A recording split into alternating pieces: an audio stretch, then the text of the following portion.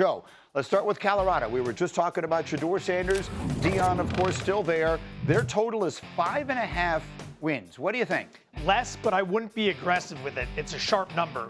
It's hard to be bullish on a team like this when you take as much production from last year's team off the roster. Great quarterback in Sanders, Heisman Trophy winner, two-way player, number 3 overall pick in Travis Hunter. I've got them as underdogs in 8 of 12 games. There's some coin flips in there, but I lean to less here on 5.5 wins. Greg, what, if anything, does Deion as a coach have to prove this year?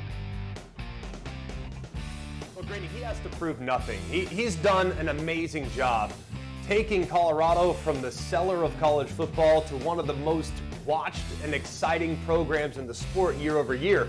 He's already established himself as a top-level coach. If they were to fall off this year because of the absences of Travis Hunter and Shedeur Sanders, that would happen to just about anybody, so I wouldn't take it too personal if, in fact, that goes down. What I'm curious about, though, is if he overextends, he goes from not just one of the most exciting coaches, but one of the most respected coaches in college football based on his exo acumen. He has a big chance sitting right in front of him this season. All right, he might be the biggest star in the sport. Let's go to the number 1 team in the sport, at least according to the preseason poll. Texas, their total, Joe, at ESPN Bet Sportsbook is 10.5 wins. You go more or less? Less, and this is one where I'd get aggressive. 10.5, remember, bowl games don't count, playoff games don't count, conference championship games don't count. It's just a 12-game regular season. So if you price someone at 10.5, what you're telling us is that you have an elite quarterback. Arch Manning, he might be an elite quarterback. I've only seen 95 career passes. What does that tell us? I'm going to go under. 2 big dog spots with Ohio State and Georgia. Yeah, they open as the number 1 team in the country as an underdog against Ohio State. Greg, Arch Manning, that I guess is the great unknown. He's been incredibly famous for an incredibly long time. His family is football royalty. What do you expect from Arch Manning this year? He's going to be amazing, Greeny. And what I've most enjoyed in covering Arch Manning the last couple of years, we know he has the talent. You don't become a blue chip prospect without having gifted ability to throw the football down the field. And unlike his uncles, the guy can really run and create with his legs. But what's most encouraging is the maturity that he's displayed over the last few years while serving as the backup quarterback to Quinn Ewers. He has kind of gone about his business. He's focused on getting better, more physically mature, a better grasp of what Steve Sarkisian wants to do offensively. He's prepared for the ebbs and flows that this season might present. So I think it's maturity that has me most bullish because we already know the physical skill set is there. For what it's worth, Field Yates did a projection of next year's draft already and has him projected as the number 1 overall pick. All right, one more.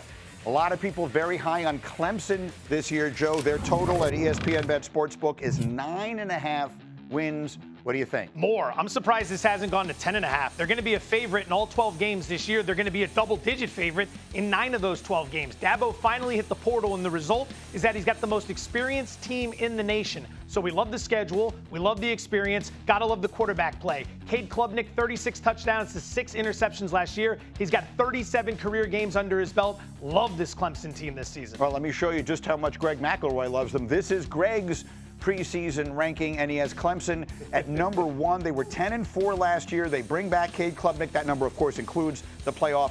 Cade Klubnik, after throwing 36 touchdown passes last season. Greg, why do you have Clemson the number 1 team in the country? Well, Grid, they have the fewest question marks. You already referenced a moment ago, Joe did, is that they have so much returning production, and we're projecting a bit. A lot of their best players last year were true freshmen. In some cases, true sophomores in some others. Now that group has played multiple years together. Cade Klubnik's going to year 3 as a starting quarterback, and the ACC schedule that Joe just referenced, it's more gettable than the schedule that you'll see in the SEC and in the Big Ten. That's why, while Penn State might have as talented a roster as Clemson does, their likelihood of getting to the postseason at 12-1 or 11-2 is not as high as that of Clemson. So I think Clemson, when we project to the end of the year, assuming they stay healthy, will have the best record, which could lead to the best seed, which would lead them to being the number 1 overall team in college football this season. The other thing quickly, Greg, that jumped out at me on your list there is Ohio State all the way down at number 8. Why so low for the defending champ?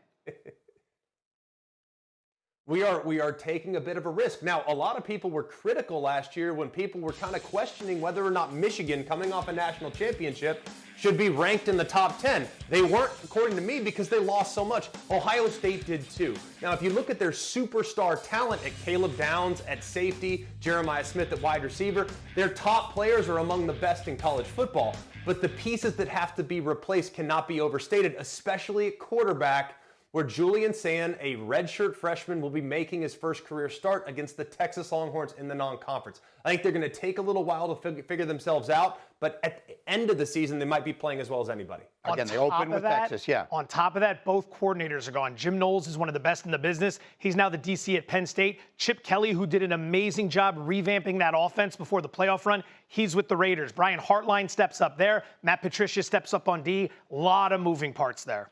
You want this, you got that. No way, watch them walk right past you. Run fast while you have the chance. Don't speak, let them look right at you.